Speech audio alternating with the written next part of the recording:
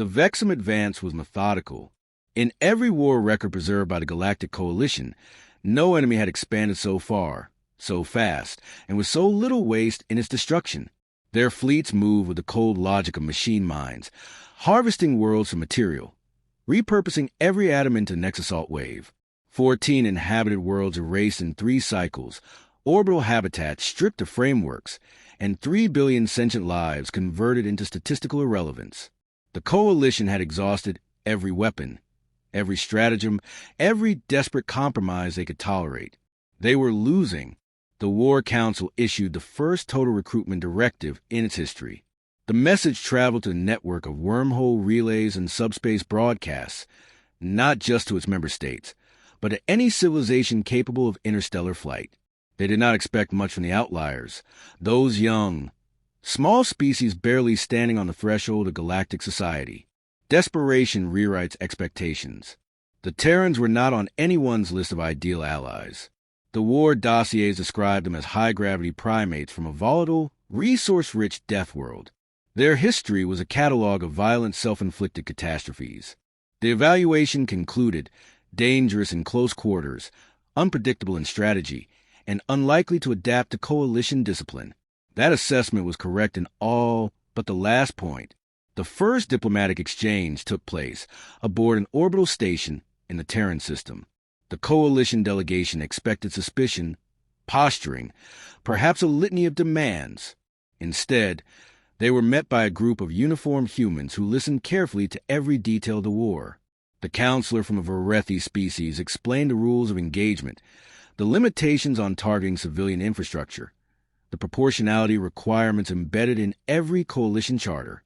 When the humans finally spoke, their first question was, if they attack your colonies, why don't you make it impossible for them to come back? The translation AI rendered the question precisely. It was not a misunderstanding.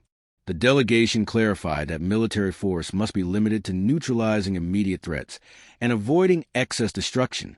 The humans exchanged glances. One of them asked, "You've been fighting them for how long?" The answer, 7 standard cycles, drew only a slow nod. "And they keep coming?" Another nod. The human commander leaned back in his chair. "Where we come from, if something tries to kill you and you give it a chance to try again, that's called suicide." The coalition saw the remark as cultural arrogance. The humans saw it as basic arithmetic. Training began in orbit over the coalition's core worlds. Human units absorbed procedures quickly, though they rarely followed them precisely. They dismantled and reassembled coalition rifles to swap in components they claimed were more reliable. They modified personal shielding to run continuously at low output rather than pulsing during expected fire windows, a practice that wasted energy but saved lives in live fire tests. They used cargo drones as improvised combat platforms, reprogramming them in minutes. The alien instructors recorded every deviation as a disciplinary issue, yet grudgingly noted that human error rates in combat drills were the lowest of any auxiliary force. Coalition tacticians tried to explain their doctrine of surgical strikes, disable enemy ships without destroying them, preserve infrastructure for post-war recovery, minimize collateral damage. Humans asked questions like, why leave their shipyard standing if they can rebuild? Or what's the point of sparing an orbital defense grid you'll have to fight again in a month? The official answer was stability. The human response was silence, which the aliens misread as agreement. Their first deployment together was a liberation mission on a mining moon deep in contested space. The coalition plan relied on precision, a fast strike to disable the Vexum command relay, a targeted disabling of weapons platforms, and securing the surface with minimal property damage. The humans followed the plan up to the moment they encountered resistance. Coalition fire teams neutralized enemy patrols with carefully measured bursts. Human squads destroyed the patrols, then blew the entire ridgeline to bury the approach path under hundreds of tons of rock. When the moon's central processing hub was captured, the coalition commander ordered a halt to destruction. The humans had already set shaped charges in the mining tunnels. When asked why, they explained that the tunnels would otherwise be used to conceal drones or deploy new strike forces. When the charges detonated, the moon's core infrastructure collapsed. The ore reserves, worth billions, were inaccessible for decades. Coalition leadership summoned the human commanders for an emergency debrief. Voices were calm but edged with fury. They accused the humans of wanton destruction, of crippling future economic recovery, of violating the spirit of the Alliance. The humans answered with casualty reports. None of their soldiers killed, minimal coalition losses, no possibility of Vexum reoccupation. "You asked us to secure it," the human commander said. "It's secure." In private, some frontline officers began to reassess their opinion of humans. The brutality was undeniable, but so was the effectiveness. Those who fought alongside them noticed that humans planned redundancies into every move. 2 escape routes instead of 1, backup communication systems, caches of ammunition hidden in multiple locations. Their concept of safety was not based on trust in the enemy's restraint, but on eliminating the enemy's capacity to cause harm altogether. Weeks later, during what the Coalition thought was a secure phase of the war, the Vexum launched a sudden strike. Instead of pushing against fortified lines, they bypassed them entirely, striking at the outer human colonies, places with no strategic resources, but with millions of Terran civilians. It was not logical, but it was devastating. The Coalition, stretched thin, struggled to divert ships in time. Human colonies burned. Coalition commanders expected pleas for aid, perhaps even panic. Instead, the human delegation arrived at the War Council chambers silent, carrying no requests, only data, coordinates of Vexum staging points, transit corridors, and production centers that Coalition intelligence had not discovered. The human representative placed a list on the table. "This is where they came from," he said. "We warned you about half measures." No one in the chamber moved as the humans turned and left. They didn't need to explain what came next. The aliens might still debate morality, but the humans had already made their decision. The War Council convened an emergency session 2 days after the human list was delivered. Coalition leadership debated for hours whether humanity's methods were sustainable or catastrophic. Some argued that human aggression undermined the moral fabric of the Alliance. Others countered that morality was meaningless in extinction scenarios. The humans sat through proceedings without speaking, their faces unreadable to alien sensibilities. When the vote concluded to censure their previous operation and restrict future deployments, the human delegation simply stood and walked out. Coalition propaganda framed the restrictions as necessary for unity, but among frontline troops the reaction was uneasy. Soldiers who fought alongside humans knew the numbers. Missions with Terran participation had lower casualty rates, faster completion times, and fewer enemy counterattacks. Yet command insisted that reckless destruction threatened diplomatic stability. The debate was rendered meaningless when humans began acting without permission. 3 days after council vote, Vexum supply convoys started disappearing deep inside their own territory. Coalition analysts were confused. No fleet movements, no recorded battles, just convoys vanishing from subspace logs. Then came the orbital incidents. Asteroids on stable paths were suddenly redirected, their orbits altered by precision burns to intersect Vexum shipyards and resource platforms. The impacts were not subtle. Kinetic strikes pulverized targets with energies rivaling nuclear bombardment. There was no chance of salvage, no possibility of repair. The Coalition knew the attacks could only be human in origin. Officially, they claimed joint operations had been conducted. Unofficially, the Council demanded explanations. The human fleet commander provided only results. Dozens of destroyed shipyards, hundreds of enemy craft reduced to debris, logistical lines in chaos.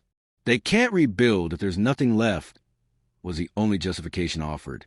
One young officer of the Thoraxi species, assigned to liaise with the humans, asked why such extremes were necessary. The humans' answer was not emotional, but procedural. If you leave a threat alive, you plan for its return. That means you waste resources guarding against it. We remove the threat. Permanently. It's cheaper in the long run. The alien tried to raise the question of proportionality. The human's expression did not change. "You don't just sweat the wasp," he said. "You burn the nest and the tree it's in." As the war intensified, the Vexum adapted their strategy, targeting Coalition flagship formations to cripple command and coordination. In one critical engagement, the Coalition's primary battle group was surrounded by Vexum warships, its escape route sealed. The human task force arrived late, too far for conventional rescue. Instead of attempting a breakthrough, they deployed a weapon previously unknown to the Coalition, a planetary-scale electromagnetic pulse device. The detonation blanketed the system, shutting down every electronic system within millions of kilometers. Vexum fleets went dark, adrift. So did the Coalition flagship, along with the inhabited world it orbited. Recovery teams later found the planet's biosphere collapsing without environmental controls, its atmosphere poisoned by failing filtration systems. Millions were dead, yet the Coalition flagship and its crew survived. The outrage was immediate. Councils across the Alliance condemned the weapon as indiscriminate, its collateral effects bordering on genocide. Human leadership listened without protest. When asked if they regretted their actions, the human commander said, "I regret that we weren't faster. Every second we debated, they were killing you." From that day, Coalition Command placed strict operational limits on all human units. No independent action, no deployment of non-standard weapons, full oversight on target selection. The response was silence from Terran Command. A week later, all human fleets withdrew from Coalition-controlled sectors. Supply lines faltered. Patrol routes went uncovered. The Vexum seized the opportunity, launching simultaneous offensives on 6 fronts. Entire sectors fell in weeks. The War Council reconvened in near panic. The same members who had voted for restrictions now demanded human reintegration. Others warned that bringing them back would doom the post-war order. Arguments raged without resolution. Then came the transmission. It was brief, containing only enemy fleet movements, industrial maps, and encrypted coordinates labeled Final Mobilization. The humans had intercepted the Vexum's grand strategy, a concentrated push with every remaining ship, every drone, every resource they possessed. If the offensive succeeded, the Coalition's core worlds would be within striking distance. The humans ended their message with a single sentence. "Then we'll show you what overkill really means." Coalition intelligence believed they meant to redeploy immediately, but instead, human forces vanished from known space. No fleet sightings, no transmissions, no supply requests. Rumors spread. Some said the humans were abandoning the war to protect their own worlds. Others whispered of superweapons in hidden construction yards. Weeks passed with no word. The Vexum offensive gathered momentum, unopposed on multiple fronts. Even the most anti-human voices on the Council began to wonder if their absence would doom them. When the humans reappeared, they did not rejoin Coalition fleets. Instead, their ships formed a separate axis of advance, moving straight toward the densest concentration of Vexum forces. Coalition observers noted the presence of massive, unmarked vessels unlike any seen before. 2 larger carriers, too heavily shielded for freighters. Attempts to hail them went unanswered. The first Vexum system targeted by the humans vanished from long-range sensors. At first, analysts assumed the readings were faulty. Then came the second and the third.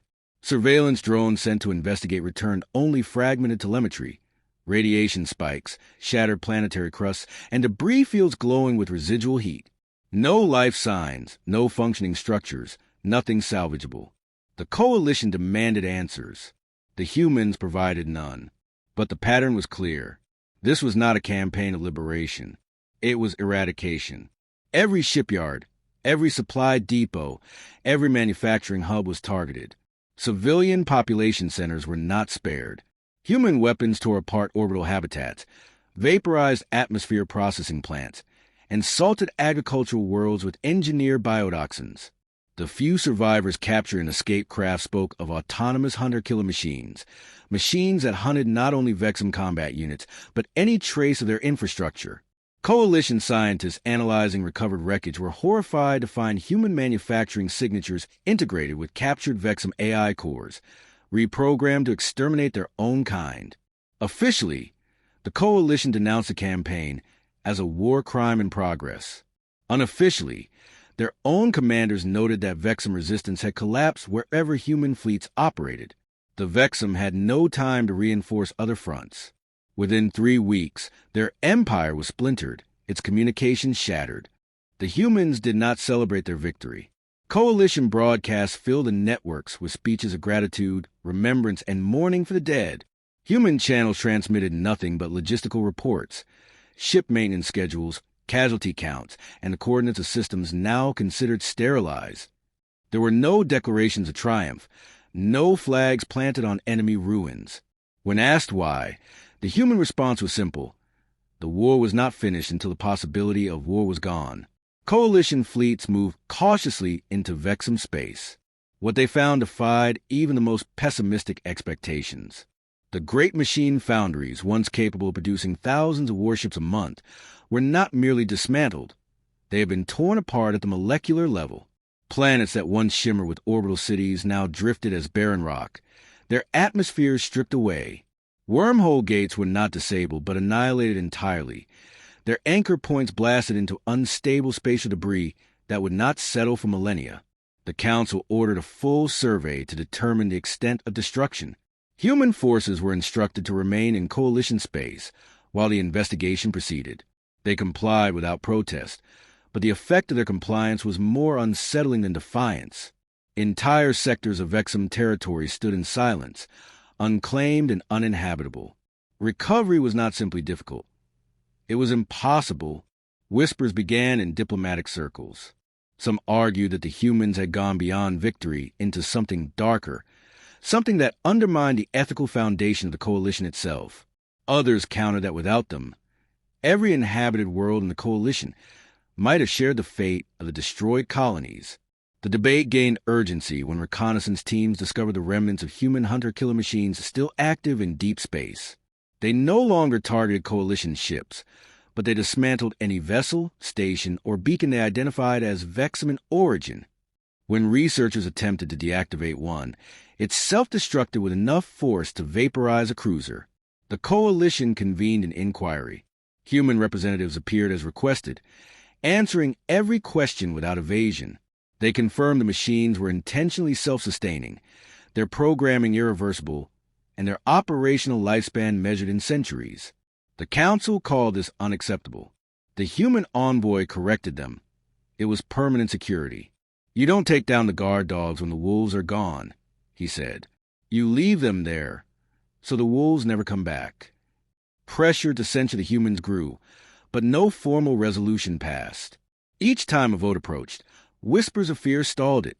No one wanted to discover what humanity might do if the Alliance turned against them. No one doubted they could carry out the same sterilization they had unleashed on the Vexum. In the months following the war, the humans withdrew most of their fleets to their home territories. They offered no explanation, no demands, no alliances. Coalition intelligence reported that they were expanding orbital shipyards, constructing larger vessels, and establishing new colonies far from known trade routes. Some interpreted this as preparation for defense, others as readiness for another campaign. The humans offered no clarification. Centuries passed without another interstellar war. New generations of coalition citizens grew up hearing the official histories of the Vexum War, histories that spoke of sacrifice, courage, and unity among the stars. Yet the unspoken truth lingered in military academies and war colleges. The war had not been won by unity. It had been won by a single species that refused to stop fighting until there was nothing left to fight. Alien historians struggled to categorize humanity's role. Their archives recorded not only battlefield victories, but also the obliteration of entire ecosystems, the erasure of cultural archives, and the destruction of irreplaceable infrastructure.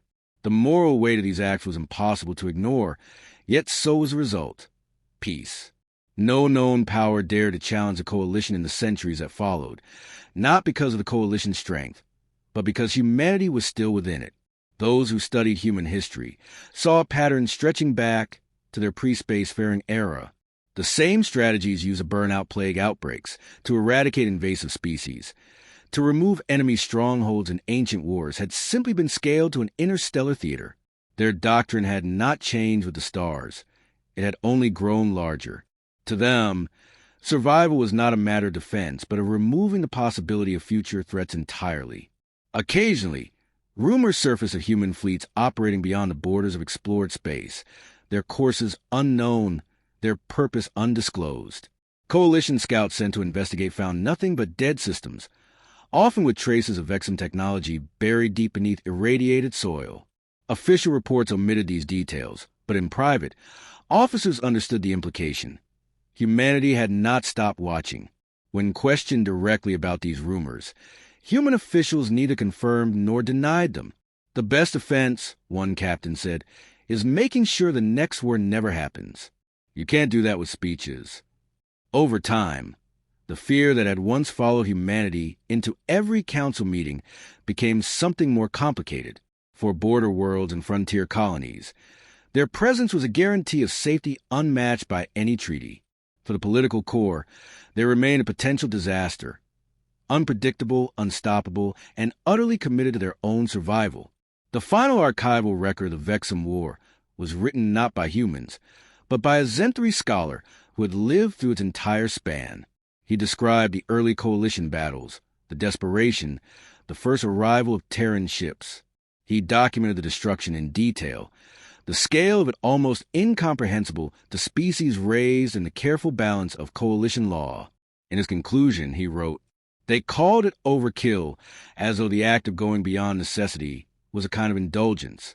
But when the final star of the Vexum went dark, there was no argument in the council chambers, no hesitation on the borders, no enemy waiting for the next opportunity. In their language, it is a word for excess. In ours, it is another word for survival. The record ends there. No postscript, no reflection on whether the price was too high. History seldom gives such clear answers. But across the quiet expanse of space, in the dead systems where the Vexum once thrived, the silence speaks for itself. And somewhere beyond the reach of coalition sensors, human ships move through the void, carry with them the same doctrine that ended the war. The doctrine that says you do not win by matching your enemy's strength, but by ensuring there is no enemy left to fight.